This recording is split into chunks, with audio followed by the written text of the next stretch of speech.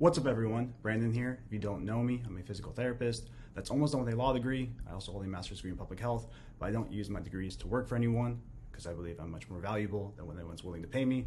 So I work on my business full time and answer questions like the one I'm about to show you for employees and employers actually on a consistent basis, which is why I wanted to make this video today. Today I'm going to break down the difference between an independent contractor versus an employee. This gets very mushy when it comes to PTs because number one, ICs don't know their rights and that they can say no to things. And number two, employers try to exercise too much control over ICs, and that can actually fuck the employer long term if the employee decided to sue them. So hopefully this video clears a lot of things up for a lot of you. Additionally, there's going to be a cheat sheet of this you can download. If you click the link below, it will be sent to you. Please give a few minutes for it to send to you though. It will actually send you to this sheet. You can also just pause the screen and copy this. But let's break it down, right? So say you're hiring a person and you want to know, how can you treat them? Or say you're a person taking an IC job and you want to know your rights, or maybe you should be a W-2 employee, or maybe you should hire somebody as a W-2 employee. I'm hoping this video clears a lot of that up. So first thing a court's going to look at is going to be the common law test, which is the extent of control. This is old law, but common law. Master may exercise over details of the work. This is going to be the employer, right? Extent of control the employer can exercise over the details of the work. It's the first thing a court will look at. Next thing is whether or not the one employed is engaged in a distinct occupation or business. This can be iffy for PTs because it is distinct occupation, but depending on what you signed, it's kind of another video I've covered on that or we'll make on that. It may be something you agreed to. So this is kind of iffy here. It depends, how assertive you are or how submissive you are, to be honest with you.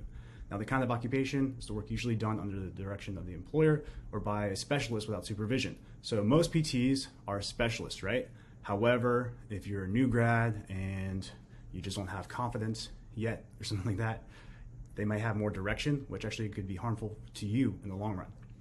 A skill required for the job, obviously as PTs, very high skill.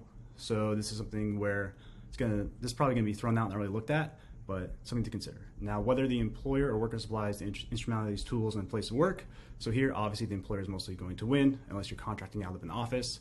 So this is something to consider as well.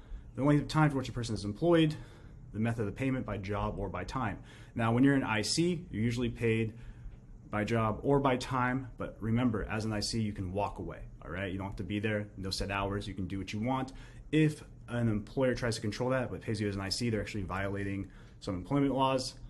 Just understand that. Now, whether or not the work is part of the regular business of the employer, these are all here.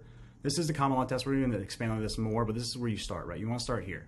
Whether or not the parties believe they are creating a relation of master and servant. So again, if you're offered an IC position, this does not exist, right? You're not being submissive to somebody, letting them dictate your schedule. You're an IC, you're paid per hour, per job, whatever, but you can set your own schedule, do whatever you want. So if you love freedom, an IC may be the best thing for you, but if your employer is trying to control you, well, actually they need to be paying you as a W-2 employee, and you can actually sue them. And if you're an employer trying to control people but paying them as ICs to save money because you think it's cheaper, you actually may be violating some employment laws. And then, whether you are not in business, this is something that's going to depend on if you have an LLC or things like that. But this is where a court's going to start, right? And it's where you should start too, on whether or not you're going to hire somebody as an IC or W-2, or again, if you're taking a job. I'm trying to look at it from both sides. Now, additional factors, there's a lot of stuff here, but we're just going to look at the things I highlighted in bold because these are going to expand on this. So you start here, right? But say you're not sure. Well, then it's going to be the worker's right to engage in entrepreneurial opportunities for profit or loss is the key factor in distinguishing between employees and ICs. So what this means is, they can do whatever they want. They can go do their own business stuff on the side. You have no control of them whatsoever. It's actually very beneficial in my perspective because you have a business-to-business relationship, but understand that, if you're trying to control somebody and limit their entrepreneurial opportunities, then they most likely need to be a W-2, but this is a good thing to understand. Now, the next thing is that workers qualify as ICs exempt from wage laws if the employer does not control the worker's performance, the work is outside the employer's usual business, and the worker performs the same type of work in an independent trade, occupation, or business. So honestly, most PTs could actually qualify here for anything they do outside of work.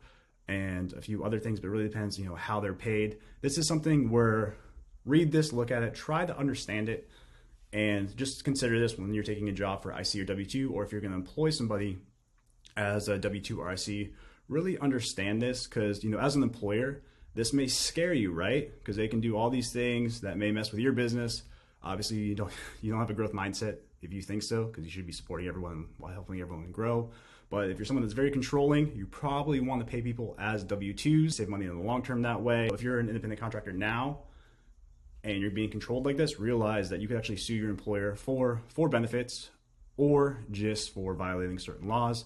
So there are things there. This is something that, it's always going to depend, but these are the probably 3 biggest things you need to look at on whether or not you want to be paid this way or you want to hire somebody this way. Hopefully this video makes sense. If you like this video, please like, subscribe, comment, and thank you for watching.